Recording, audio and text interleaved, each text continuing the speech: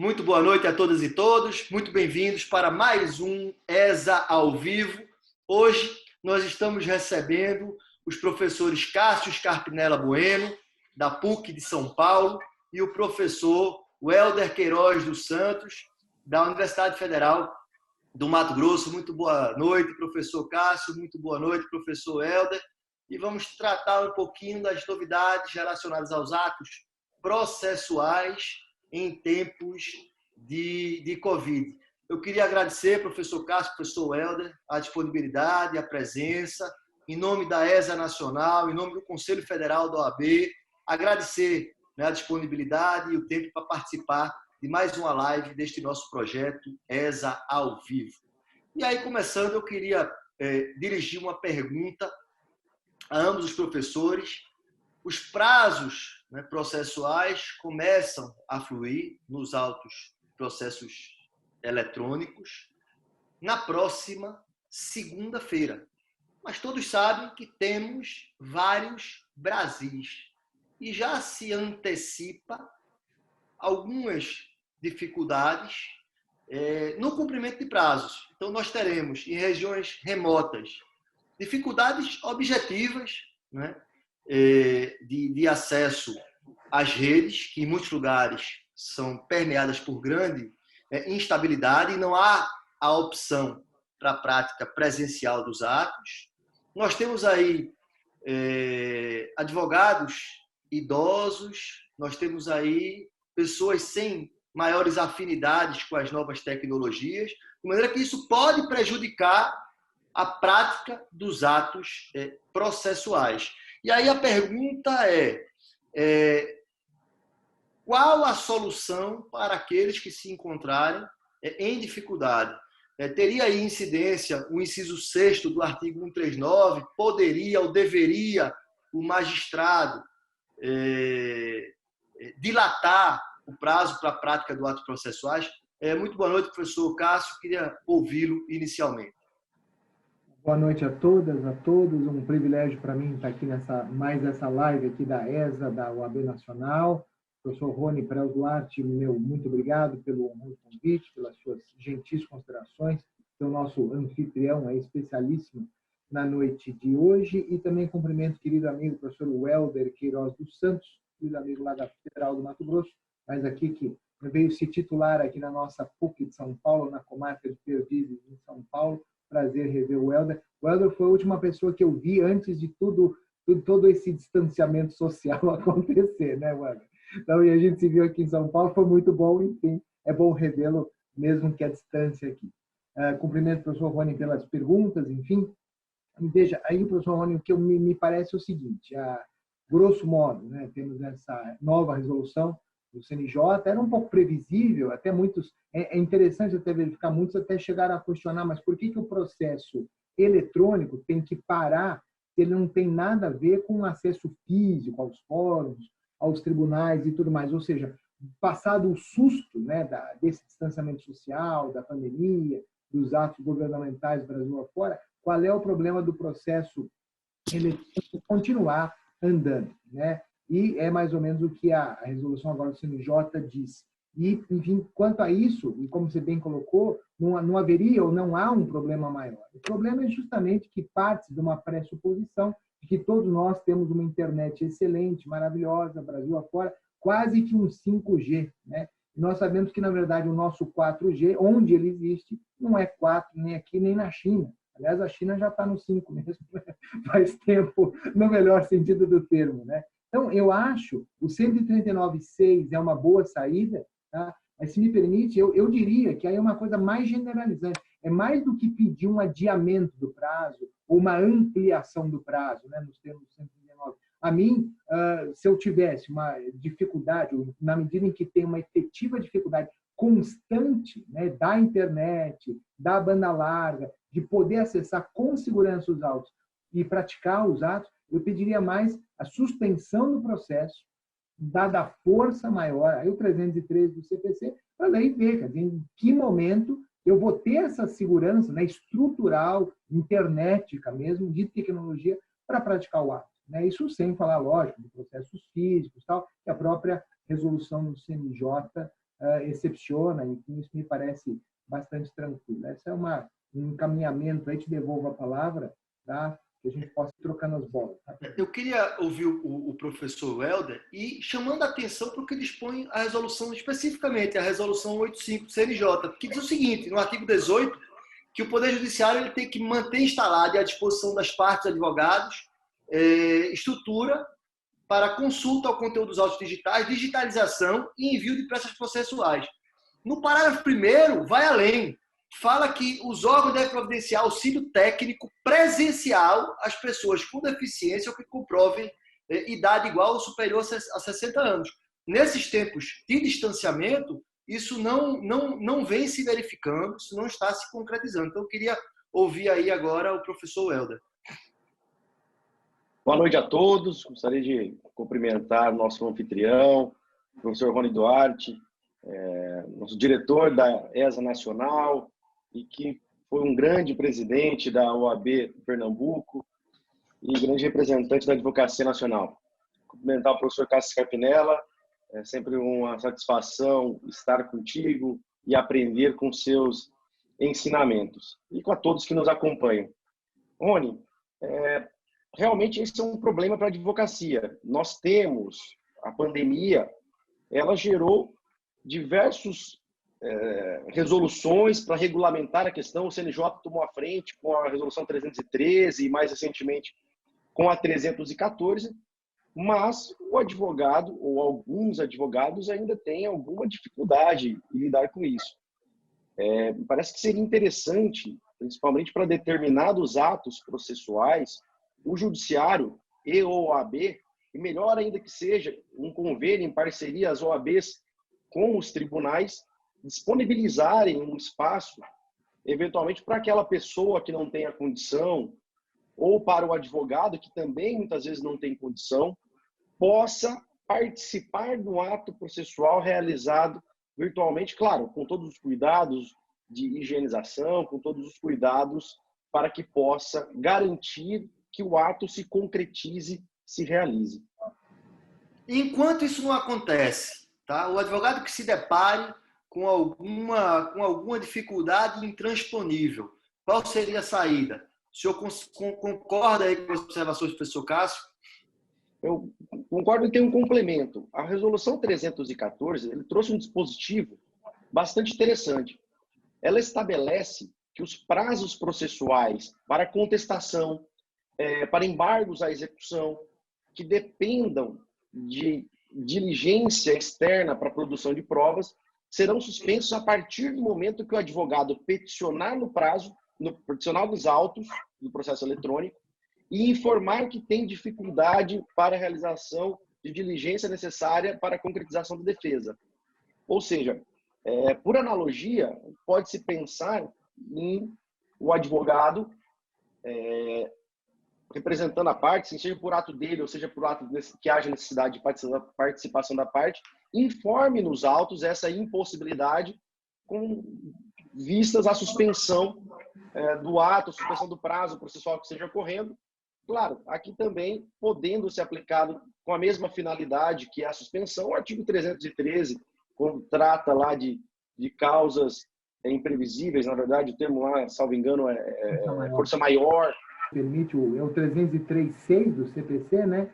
E aí também, por que não, assim, em termos práticos mesmo, invocar o 221 do CPC. O 221 fala, né, suspense o prazo, o curso do prazo, por obstáculo criado em detrimento da parte, né? Além das hipóteses do 331 com a devolução integral. Eu acho que aí é o ônus, né, do advogado dizer, olha, não há condições na minha comarca, não obstante enfim, a previsão da Lei 11.419, das resoluções do CNJ, não temos uma estrutura, mesmo em tempos normais, que nos dê essa condição, muito menos agora. Porque, veja, fisicamente os fóruns estão fechados. Essa é a grande verdade. Você não vai ter esse acesso, mesmo a uma sala da OAB lá, que exista, né? Vai ser uma dificuldade a mais. Então, eu invocaria esses dois artigos para essa finalidade. Avançando aqui para outro tema, eu queria ouvir ambos vocês sobre as sessões de julgamento remotas. Temos as sessões, já tínhamos, né? As sessões virtuais, agora chegam as sessões por videoconferência. E aí a gente começa a se deparar com algumas situações, né, inusitadas. Por exemplo, sustentação oral. Sustentação oral, antigamente, ela era obrigatória à ouvida, né, das razões expostas pelo advogado. O advogado estava na tribuna, os magistrados estavam reunidos, e aí se colocou no primeiro momento, pelo menos, que as sustentações seriam gravadas e, portanto, a ouvida delas passaria a ser facultativa, né? E eu, pessoalmente, acho muito pouco provável que os julgadores se dariam o trabalho de ouvir todas as sustentações orais enviadas. Em relação às sessões virtuais, né, nós experimentamos a ausência de uma uniformização. Os tribunais, inclusive a gente volta meio que para o Código de 39, porque cada estado passa a ter sua particularidade. E mesmo em tribunais superiores, um regime que traz alguma perplexidade. A tecnologia pode ser um mecanismo de facilitação, de aumento de transparência, de inclusão, né, efetiva. E aí você chega num ambiente como o STJ, por exemplo, você tem a publicidade da pauta de julgamento, mas o julgamento começa, ninguém tem acesso ao conteúdo do voto do relator, não se tem acesso externo às discussões que se dão internamente, e a publicidade se dá apenas em relação ao resultado. O advogado não tem condição de fazer qualquer tipo de esclarecimento de matéria fática, de questão de ordem, e isso traz, não é, alguma perplexidade. Então, eu queria ouvi-los especificamente a respeito dessas sessões virtuais e por videoconferência, que, penso eu, chegam no momento emergencial, mas a tendência, isso inclusive foi afirmado pelo ministro Gilmar Mendes na última sexta, que acredita que isso vai efetivamente ser incorporado à rotina do judiciário. Por favor, professor Cássio. Bela questão também, professor Rony. Aliás, as questões, ainda bem que não é uma banca de mestrado, né, nem de doutorado, é só uma indagação para a gente pensar. Veja, aqui, se me permitem os colegas, eu só trago uma questão literalmente prejudicial, né? Veja, essas sessões virtuais, elas já vêm acontecendo no TJ, no STJ, no STF, no STJ, o próprio TJ de São Paulo, antes mesmo do Código, né, por resolução aceitava. Mas veja, só para lembrar, nós tínhamos um dispositivo no Código de Processo Civil que admitia isso expressamente, o 945. Né? Esse 945, como todos nós sabemos, eu estou apenas lembrando, foi expressamente revogado por aquela lei que mudou tanto o Código durante a vacatio legis, a Lei 13.256 de 2016. Então, é curioso, veja, sempre com o devido respeito, lógico, mas a margem da lei, né, nós temos aí atos dos tribunais, não tenho dúvida das boas intenções, lógico, antes mesmo da pandemia, ainda mais agora durante a pandemia, de praticar atos processuais. Apenas essa ressalva, né, que já é, digamos, um tema, pode ser muito simpático em termos de celeridade processual, mas talvez ele seja um pouco mais dramático do que pareça, porque ele, no fundo, com a devida vênia, não tem fundamento legal. Né? Havia e foi expressamente revogado, como sabemos, por essa lei que tanto modificou o Código. Então, essa é uma primeira questão. Agora, aí uma outra questão que me parece também importante. Nenhum ato, né, virtual, né, no caso, essas sessões virtuais, e é diferente de quando você transporta o julgamento presencial para um ambiente como esse nosso aqui, né, teremos aqui 3 desembargadores, o nosso querido Kiko Scarpezini seria o advogado, né, um olhando na cara do outro, vendo os olhares, vendo as reações, que aí é menos dramático. Né? Mas o grande problema da sessão virtual, justamente quando você não tem a opção, porque São Paulo te dá a opção, eles te intimam aqui, o TJ de São Paulo, desde lá atrás, desde quando eles começaram com isso, eu sempre achei interessante. Fala, vocês querem que seja assim, vocês querem celeridade, eu dou. Mas se não quiser, não tem problema. Não precisa nem justificar, que é o que estava no Código de Processo. Eu toco no presencial, está tudo bem. Né? Mas, enfim, isso foi generalizado e o grande problema é isso que o professor Rony está falando, e muito bem. Você não tem, durante o julgamento, nenhum tipo de controle, nenhum tipo de reação ou contra-reação àquilo que está sendo discutido.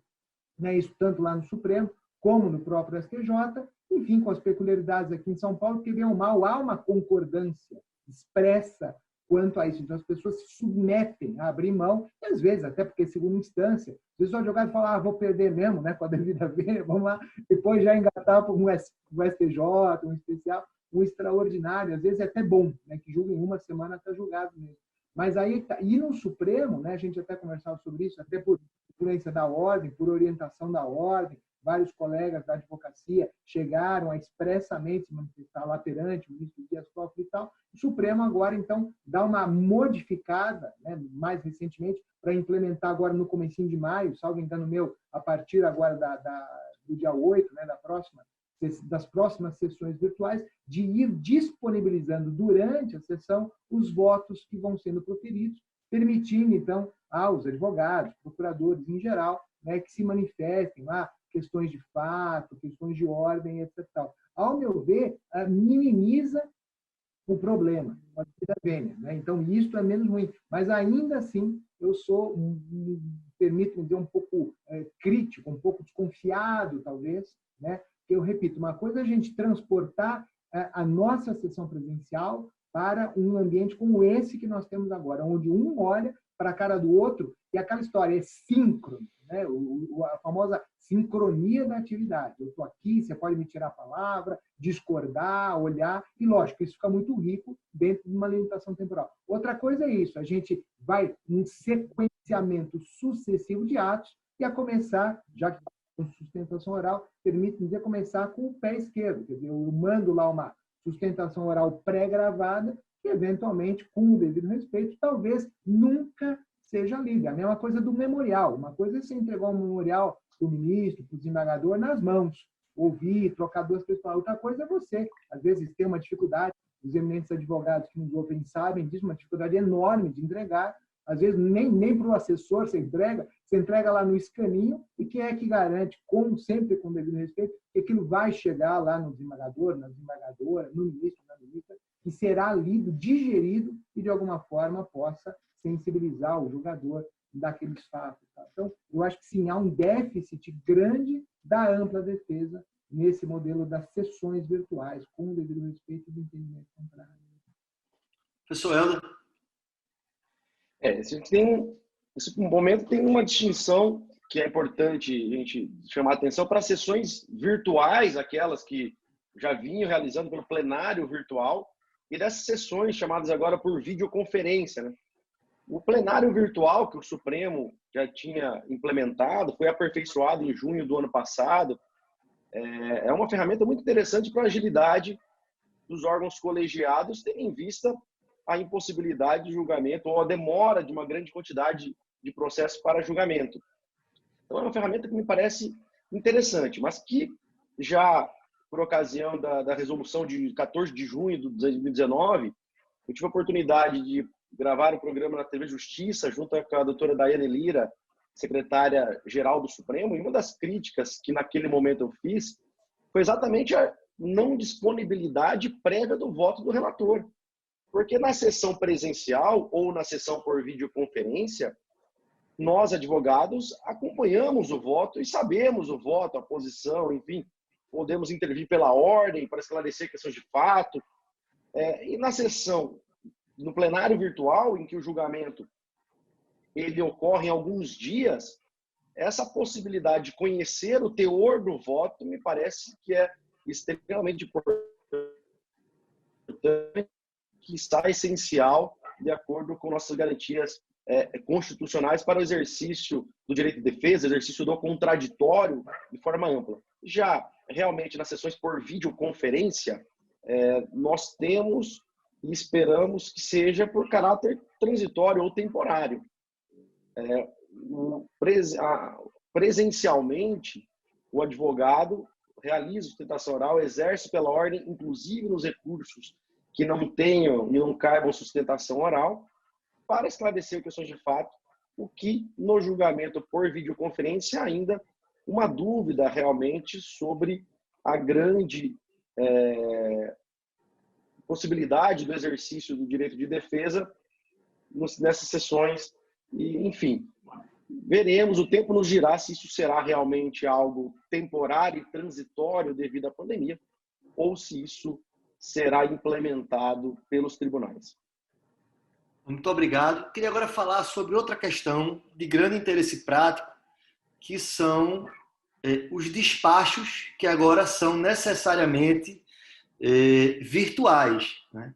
Eu perguntei a alguns ministros que eu tive a oportunidade de participar e um disse que vinha despachando normalmente por videoconferência, o outro por telefone, mas tenho ouvido de vários colegas a notícia da dificuldade de acessar os magistrados. E nós sabemos que o artigo 7º, inciso 8º do Estatuto da Advocacia e da OAB estabelece o direito, a prerrogativa do advogado de dirigir-se diretamente aos magistrados nas salas e gabinetes de trabalho, independentemente de horário previamente marcado ou outra condição, observando-se a ordem de chegada.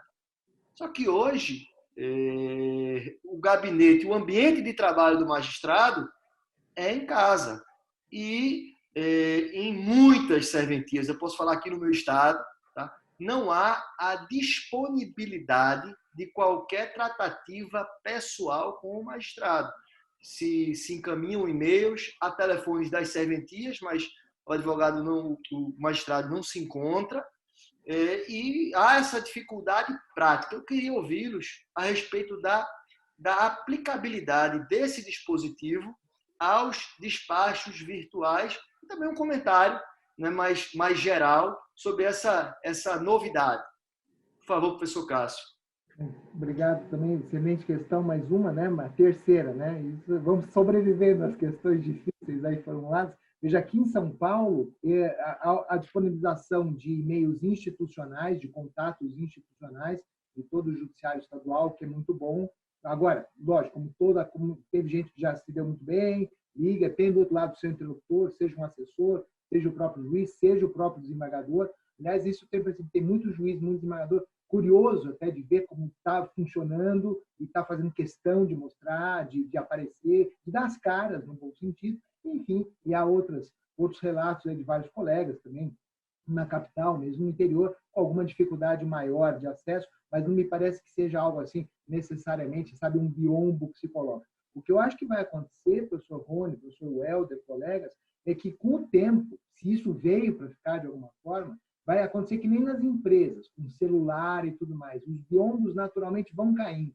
O judiciário provavelmente vai ter que, em algum momento, municiar os seus servidores em geral, começar, inclusive, pelos magistrados de todos os níveis, com celulares institucionais, contatos institucionais, até para que a gente possa usá-los oficialmente, porque aí eu acho que vai acabar naturalmente esse grande problema. Puxa, eu estou na minha casa, o cara está me procurando na minha casa no meu celular. Não, é o celular da empresa, né? O celular institucional que vai ser usado para aquilo. Agora, o fato de estar em casa, veja, isso é surreal. Isso já estava acontecendo muito, né? O profissional liberal, né? Às vezes ele trabalhava já de casa com absoluta tranquilidade, desde que ele não feche o telefone, ele não feche o celular, ele não feche o e-mail, ele já estava inserido no meio social, econômico, produtivo, né? Então, eu acho que é uma questão de uma adaptação e, ao mesmo tempo, com devido respeito, uma boa vontade também de que, né, puxa, eu estou aqui trabalhando e estou à disposição pelo celular. E aí, lógico, como qualquer servidor público, qualquer magistrado, como qualquer hospital, está lotado de gente querendo falar, lotado de gente. Aí ver como é que você consegue organizar essa fila. Mas deixa eu só complementar a pergunta, antes de passar para o professor Helder. O seguinte, isso é uma faculdade ou é um dever, uma prerrogativa do advogado que se extrai nas circunstâncias presentes do inciso 8º do artigo 7º do nosso Estatuto? O juiz está obrigado ou ele deve, por dever de gentileza e de correção, atender o advogado? A pergunta é mais precisamente essa.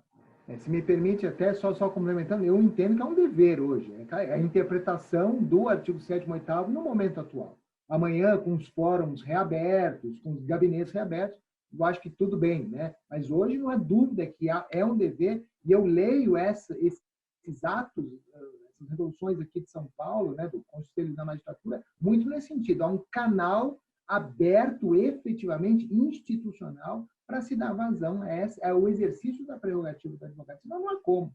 Simplesmente não há como. E aí é um problema do processo eletrônico, né? Se me permitem, a tua petição eletrônica ficava perdida no mundo virtual. É diferente do processo papel, que você, bem ou mal, você põe aquela petição na frente, né? Você mostra a petição para quem de direito, né? Você vai lá despachar, o cara vê que tem um advogado pedindo uma tutela provisória desesperada. No virtual, ninguém vai ver, a não ser que você chegue lá e faça o clique, né?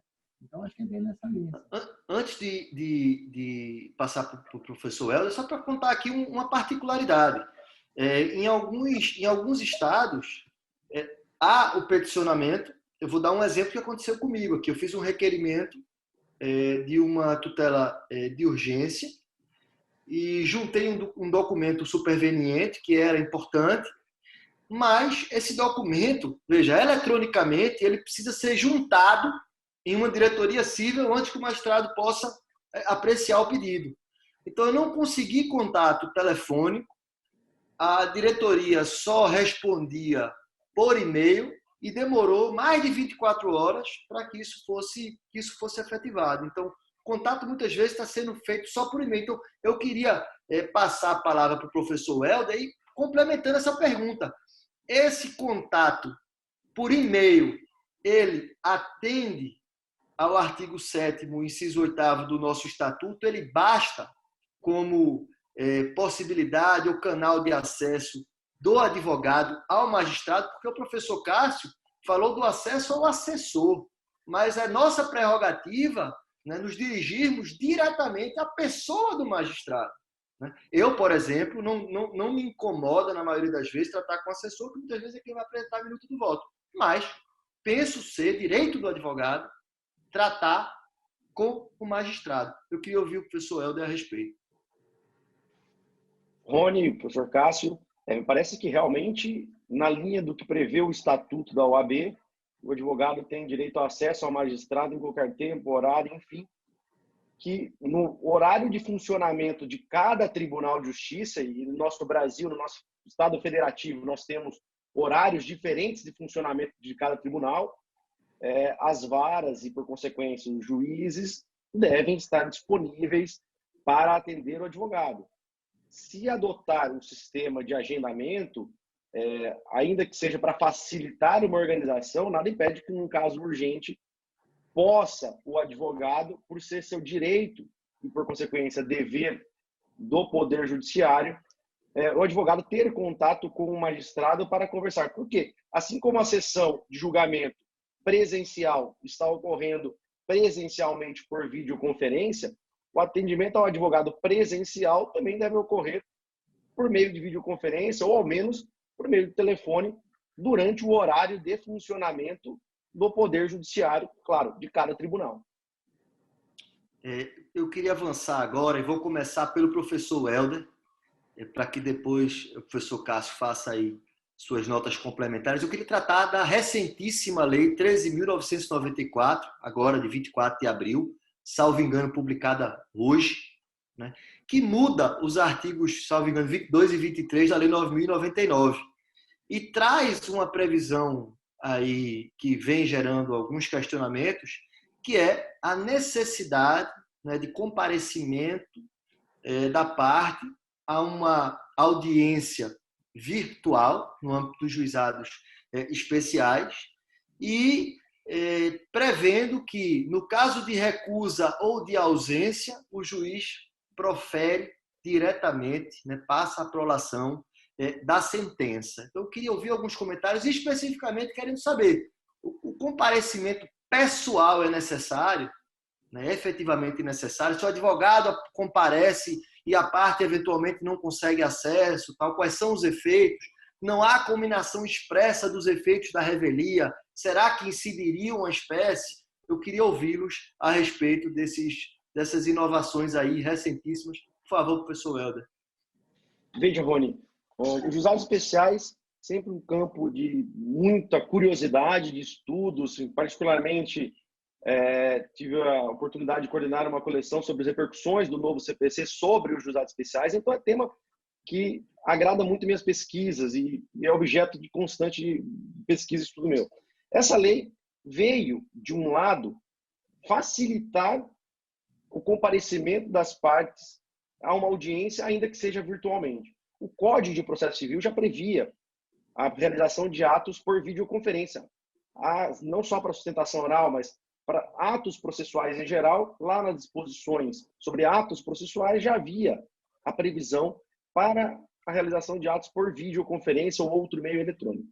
Então, por um lado, essa disposição veio fazer com que aquela parte que não tem condições de ir presencialmente, por exemplo, tive um caso no juizado especial em que a parte ela morava em São Paulo porque estava cuidando, e cuida até hoje, de uma tia de 93 anos. Não havia condições de deslocar de São Paulo para Cuiabá para realizar uma audiência de conciliação por conta da necessidade de cuidar de sua tia. Nesse caso específico, o processo foi extinto pelo não comparecimento. E olha, nesse caso compareceu um procurador, foi explicado a excepcionalíssima situação, mas ainda assim o caso foi de extinção. Então, por um lado, veio a facilitar. Só que, por outro lado, o código, na verdade, essa alteração legislativa recentíssima, ela também pode gerar alguns problemas daquela pessoa que não tem a possibilidade, por algum motivo, de comparecer pessoalmente e nem a possibilidade de, seja por questões financeiras, seja por qualquer outro meio, de comparecer virtualmente ou por videoconferência a essa audiência. E a combinação prevista na lei que o processo será extinto ou será remetido imediatamente para o juiz, é uma sanção que vai contra as regras que gerem o processo, ou os princípios, por assim dizer, seja da primazia do julgamento do mérito, seja do processo ser instrumento de efetivação do próprio direito material. Obrigado, professor. Professor Cássio, queria também ouvi-lo a respeito. Concordo com as considerações do professor Welder, né? O código é cheio não, mas né, especificamente tem lá o dispositivo genérico da videoconferência ou prática de atos processuais por vídeo ou outro recurso tecnológico similar, que é o 236, parágrafo 3º, depois vai repetir isso para depoimento pessoal, para oitivo de testemunha, acariação e até a sustentação oral. E é interessante marcar, porque aí tem destacar, que é o que eu vou dizer em seguida, que somente lá num desses dispositivos, quando fala justamente de testemunha, é que fala que deve haver a obrigatoriedade do judiciário de disponibilizar essa ferramenta. Então, eu acho que a lei, lógico, muito bem intencionada, bem-vinda, a tecnologia muito bem-vinda e tal, mas é um pouco daquilo que a gente falou logo no início, não adianta nada, mais ainda no ambiente dos juizados especiais. Eu autorizar a prática de um determinado ato, seja um ato instrutório, seja mesmo, e muito bem-vinda a ideia da autocomposição, da mediação, da conciliação e tal, mesmo que extrajudicialmente, coisa que cada vez mais está também se fazendo, se experimentando, não é de hoje, né? Hoje só mais ainda do que se queria, mas com essas consequências gravíssimas aqui, né? Por distinção do processo, né? Que dá a entender isso no artigo 23 caput da lei de juizado com essa nova redação, se não existe essa garantia efetiva do próprio Poder Judiciário de se criar, ou, como tinha sugerido lá o Helder no começo, isso, pelo menos você ter lá salas da ordem, os fóruns, enfim, na própria OAB, em outros lugares, onde você possa, o advogado, a parte, possa ir até lá para praticar aquele ato com a devida segurança. Então, eu acho muito drástica a consequência em relação àquilo que se prevê, né? E esse é o meu medo. Eu queria ouvi-los sobre as consequências, porque o artigo 23, o que é que ele fala? Né? Ele é alterado. Ele fala que o juiz passará a prolação da sentença.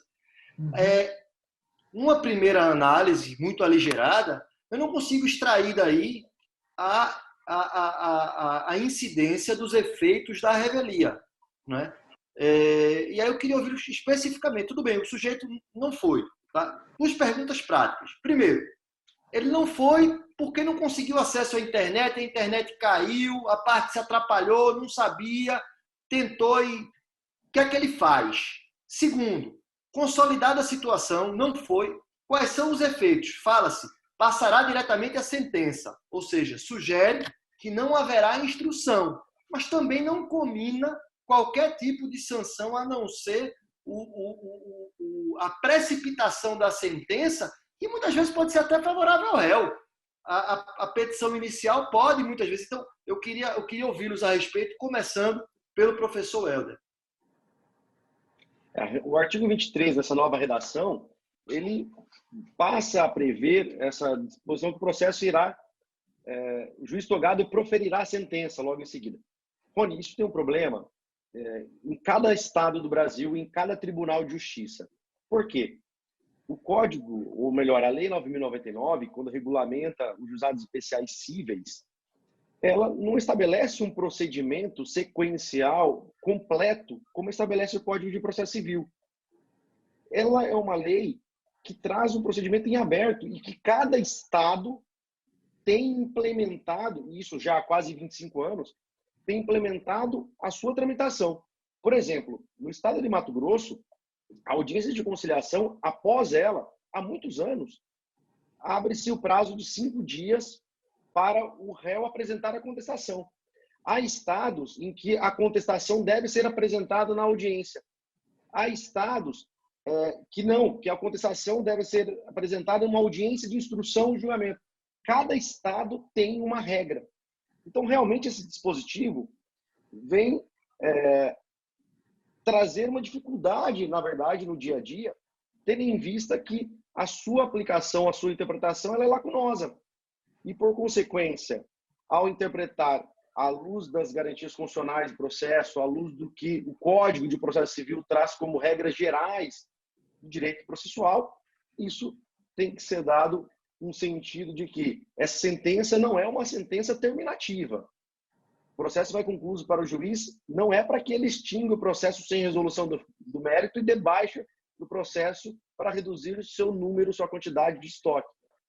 E sim verificar, à luz de cada caso, se houve o respeito ao contraditório, se apresentou a contestação, se for o caso, se apresentou impugnação à contestação réplica, se é ou não o caso de instrução e julgamento, só para após isso, de acordo com cada processo, é que o processo irá concluso para que o juiz togado profira a sentença. Me parece que essa é a interpretação completa que tem que ser dada a esse artigo 23, inserido recentissimamente na Lei 9.099. Professor Cássio. Eu vou na mesma linha, acrescentando aqui só, Rony, a questão, né? Tanto o 22, parágrafo 2º, né? Como o parágrafo, os parágrafos, né? Do 22 e o 23, né? Dados aí pela Lei 13.994, de 24 de abril, publicada hoje, estão no meio lá da conciliação, né? Do juizado especial. Né? Então, é isso. Eu acho que a única interpretação adequada é a que o Helder propõe, né? Como se fosse assim, um julgamento, entre aspas, conforme o estado do processo, e não necessariamente, né, um julgamento contrário, mesmo de extinção, dada lá uma contumácia do réu, alguma coisa, e pior ainda, que é o que você sugere, mas afasta, né, que seria lá um efeito da revelia, uma presunção de veracidade. O problema é aquela história, o 23 original já trazia este problema, né? Na verdade, o 23 novo, ele só fala isso, se o mandado não comparecer, e aí a novidade, ou recusar-se a participar da tentativa de conciliação não presencial, o juiz togado proferirá a sentença. Fica pior ainda. Porque, veja, se eu me recuso a participar de uma tentativa de conciliação, eu não posso ser coagido a nada. Eu não quero ficar de acordo, o problema é seu. Então, vamos instruir ou verificar se eu já consigo julgar naquele momento, com as provas, enfim, como se fosse um julgamento antecipado do mérito. Concordo. Nesse sentido, toda a interpretação deve ser cuidadosa aqui, né, para você não transformar, enfim, um dos pontos altos do CPC e da tecnologia processual hoje em dia, né, vamos fazer acordo, vamos incentivar, né, os meios autocompositivos para gerar isso um problema para o réu, vai ser coagido, né, intrinsecamente a fazer qualquer tipo de acordo para escapar de uma decisão contrária. Professores, nós caminhamos aí, já alguns estados regulamentaram a realização de audiências de instrução por videoconferência. E eu queria ouvi-los a respeito disso, quais são as dificuldades, né, quais são os desafios e quais são os limites. Será que em ações de Estado, né, isso seria possível? Imaginemos aí uma interdição, imagine a ouvida de um menor numa situação delicada de família, onde nós não temos aí uma compreensão do ambiente e que aquilo pode se transformar num condicionamento, num direcionamento. Imagine uma testemunha que vai ser ouvida num lugar enfim, que não lhe traga toda a liberdade. Eu queria ouvi-los a respeito disso. E agora, começando pelo professor Cássio. Bela questão também. Aqui o que eu vi em São Paulo, né, na verdade, aí a terceira região, uma resolução da semana passada da presidência do TRF3, ao tratar da sustentação oral, também acaba admitindo a audiência por videoconferência. Confesso que não participei de nenhuma, né, é uma experiência, tinha apenas um saber, né, que ela foi admitida pela resolução, mas confesso que ainda não participei. Mas vejam, considerando aí sim a experiência prática, aquilo que mesmo do ponto de vista teórico se espera uma audiência de instrução, né, mais do que do julgamento, né, a parte da instrução, é justamente essa. Aliás, o próprio Código de Processo Civil, quando traz, né, algumas novidades importantes com relação à audiência de instrução, por exemplo, de permitir ao advogado fazer perguntas diretamente, né, metade dos próprios advogados vibra com isso, a outra metade critica, porque ainda vê, e ao meu ver tem uma razão histórica para nós, né, de ver a postura do juiz filtrando perguntas e tal. Eu acho que isso é muito complexo, se me permite dizer, eu acho isso, para admitir, né, pior ainda se é numa perspectiva de vir para ficar. Isso depende não só de toda essa parafernália tecnológica absurdamente, né, possível, imaginável para tudo e para todos, mas de um costume, veja, muito mais complexo de tudo que a gente falou até agora. E aí, por exemplo, 8 testemunhas, 5 testemunhas, repergunta, contradita, o próprio juiz controlando os advogados controlando os próprios advogados, litisconsortes, às vezes advogados do mesmo lado, têm lá suas discordâncias em termos de estratégia, pergunta, tal. É uma complexidade absolutamente imensa. Eu diria ter medo de errar, no que depende de mim, e lógico, eu sou um daqueles que torce para a pandemia acabar logo, para acabar, não esse negócio só do ponto de vista, para acabar tudo, inventar uma vacina por medida provisória, é o meu sonho de consumo, medida provisória, com a vacina, todo mundo fica vacinado, 2 dias depois o mundo inteiro estará imunizado quanto a isso. Mas eu diria, o típico ato processual, eu tenho uma dificuldade enorme de ver, de forma bem feita, como ele possa ser feito, né, eficazmente, garantido, tudo que deve se garantir no ambiente virtual. Agora, ao mesmo tempo, não só o processo, não pode todos os processos do mundo pararem na audiência. Então, vai ter que ter alguma forma, né, de lidar com isso em algum momento e provavelmente muito proximamente, né? Porque, infelizmente, a vacina não virá por medida provisória, nem por nenhum ato milagroso, infelizmente. Professor Helder, antes eu queria só, viu, professor Cássio, no debate que nós tivemos na sexta-feira, o conselheiro Henrique Ávila disse, não, isso aí é emergencial, tá, uma questão transitória, tal, depois volta tudo ao normal. Aí o ministro Gilmar Mendes disse, olha, eu não sou tão otimista em relação a isso, eu acho que muito do que está chegando para ficar. E efetivamente, por uma questão de comodidade, eu compartilho desse seu receio, que isso vai ser incorporado, porque é cômodo. O juiz está em casa, às vezes o advogado está em casa, todo mundo em casa, mas eu acho que há um prejuízo, eu pessoalmente, para a administração da justiça. Por favor, professor Helder. Realmente, acho que alguns desses atos vêm realmente para ficar, e a ideia de ser uma mudança de paradigma, eu acredito que vem realmente essa pandemia ter alguns impactos, e aí compete exatamente a doutrina e a jurisprudência a ser orientada, etc., possa criar as melhores condições para a implementação disso. Especificamente sobre a audiência de instrução e julgamento, é curioso observar que o Código de Processo Civil ele já previa, seja na parte de audiência, seja na parte para oitiva de testemunhas, seja na parte de depoimento pessoal, 453 e 460 do Código de Processo, a possibilidade da oitiva de testemunhas e inclusive da acareação de testemunhas ser realizada por videoconferência. Só que me parece que esse dispositivo merece ser interpretado, porque nós sabemos, e o advogado que lida no dia a dia também sabe, de que é muito complexo você ouvir uma testemunha ela num outro ambiente que não seja judicial. Quando o Código prevê isso, ele prevê para testemunhas e partes, em caso de depoimento pessoal, que residem em comarcas diversas de onde tramita o processo. E me parece que a interpretação adequada desse dispositivo é que elas podem participar por videoconferência, mas desde que ele esteja no ambiente jurisdicional, no ambiente do Poder Judiciário, até para que possa controlar que não haja eventual manipulação de testemunha, que não haja orientação de depoimento pessoal. Então, essa tecnologia tem que ser implementada, mas implementada com alguns cuidados para que o processo possa atingir a sua finalidade. Me permite? Já temos ainda mais 5 minutinhos. Eu queria fazer a ambos uma última pergunta, que é sobre os atos de comunicação processual à distância. Citações, intimações já estão, né, acontecendo à distância.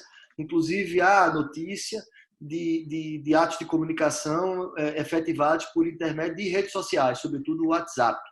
Então, eu queria ouvi-los porque há a necessidade, sobretudo no ato inaugural, de uma certa formalidade, de certas salvaguardas em relação ao atingimento do seu objetivo. Então, eu queria ouvi-los, começando pelo professor Cássio, a respeito deste ponto em particular.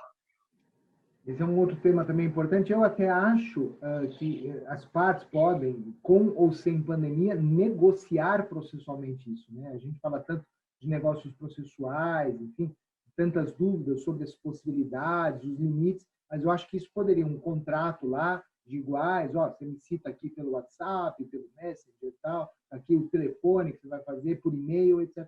O problema é quando, mais uma vez, aí nós não temos a previsão legal desta comunicação, o que nós temos no código de forma não tímida, mas de forma que não foi implementada em geral, é a possibilidade da citação por e-mail, né, de pessoas jurídicas, de pessoas de direito público, de pessoas de direito privado, não é? De empresas grandes e médias, sequer as pequenas, mas sabemos que se isso, de alguma forma, foi implementado no âmbito público, não foi no âmbito privado, por uma questão muito brasileira, mas não tem consequência, o que eu vou fazer? Tem um custo e não tem benefício, não vou fazer, né? E aí, com a devida vênia, e aí talvez um pouco do que a gente estava falando, usa-se aí a pandemia, essa tragédia sanitária, econômica e etc., para se beneficiar. Então, agora ninguém sai de casa, eu cito todo mundo aqui pelo Zap, deu azul claro, dois pauzinhos azul claro, pronto, eu tenho, né, fé pública, está dito pelo não dito, vejo com a devida vênia, e a gente vira, né, o famoso processo de Kafka, aí não tem jeito. Esse é o grande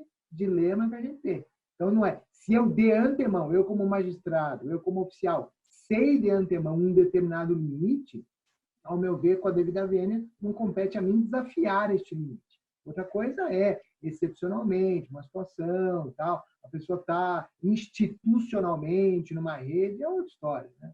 Mesmo com a devida vênia, nós lemos aí todos, aquela decisão recente, semana passada, Tribunal de Justiça de Santa Catarina, o advogado fala mal no Facebook, né, na rede social, lá da sentença, está intimado. Veja, com a devida vênia é complicado, você vira um xerife da vida privada do advogado, do cidadão, e com a devida vênia está fora da margem judiciária. Não tem esse xerife aí, com o devido respeito, nem pelo oficial, nem pelo magistrado. Obrigado, professor. Professor Helder, por favor. Esse tema é um tema muito gigante, realmente. O Tribunal de Justiça do Estado do Mato Grosso, ele recentemente, ou hoje ou sexta-feira, baixou uma resolução determinando que as empresas, excepcionando microempresa e empresa, cadastrem junto ao tribunal e que os juízes fiscalizem junto aos processos a não realização do princípio da cooperação e, se for o caso, aplicando multa por ausência de cadastro. Então, esse é um tema que o Código já previa esse dever de cadastro, só que, como o professor Cássio disse, não há uma sanção estabelecida.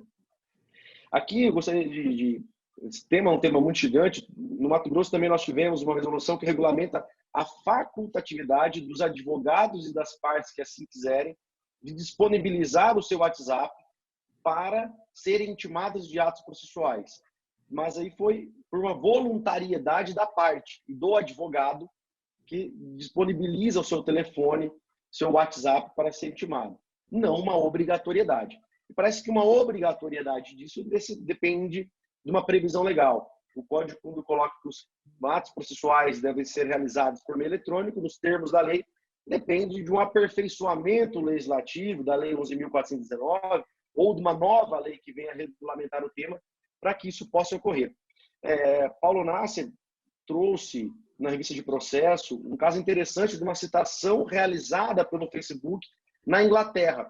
Mas aquele caso em que ele relata foi um caso excepcionalíssimo de citação realizada pelo Facebook, tendo em vista a impossibilidade de se localizar. Nesse mesmo trabalho, também menciona a intimação ocorrida pelo Twitter, isso há 10 anos atrás, mas também numa situação ultra excepcional em que o réu, que tinha que cumprir uma tutela de urgência, não sabia qual era o nome dele, porque só tinha o Twitter com o seu codinome, e, por consequência, a implementação daquela decisão por via excepcional ocorreu por meio eletrônico. O que eu quero dizer, para concluir, é que esses citações, intimações por meio eletrônico precisam de regulamentação legislativa para serem implementados e excepcionalissimamente, diria, que poderia ser utilizado para a efetivação dos atos processuais. Muito obrigado, professor Cássio. Muito obrigado, professor Helder. Já estamos aqui com o tempo praticamente esgotado.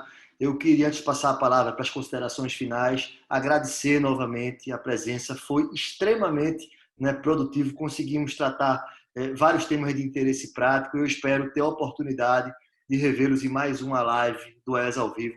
Por favor, professor Cássio, e na sequência, professor Helder. Rony, muito obrigado mais uma vez. Parabéns aí pela condução segura e exemplar dos trabalhos. E, se me permitem, a minha conclusão final é isso. A gente possa extrair dessas várias experiências, desses vários atos normativos, tirar boas experiências, colocá-las em prática e depois, passado esse momento muito excepcional para todos nós, que a gente possa, com humildade institucional, inclusive, lidar com os bons exemplos e colocá-las nos seus modelos legislativos, normativos adequados para que todos possamos melhorar depois disso. Agora, que nós possamos descartar com a mesma humildade exemplos não bem-sucedidos ou que nos tirem direitos, prerrogativas, etc. Muito obrigado mais uma vez pela oportunidade. Muito obrigado, professor Helder. Gostaria de agradecer também ao Rony, à OAB Nacional, à Escola Nacional de Advocacia, cumprimentar mais uma vez o professor Cássio, uma satisfação debater, estar ao seu lado, conversar e aprender temas de direito processual e de outros temas, e concluir de que essa pandemia veio acelerar, me parece, a necessidade do judiciário se ater à tecnologia. Eu acho que a tecnologia vem para contribuir para a melhor utilização do sistema de justiça, e acredito que essa pandemia veio chamar a atenção para isso. E vai servir exatamente, como o professor Cássio disse, para que nós possamos extrair boas lições e aquelas não tão boas para que possam ser destacadas. Enfim, ou descartadas, na verdade. Enfim, Rony, era isso as palavras que eu gostaria de concluir, agradecendo aí mais uma vez a oportunidade. Muito obrigado. Queria agradecer a você que nos escuta, que nos assiste, e espero reencontrá-los em mais uma edição do ESA ao Vivo. Boa noite.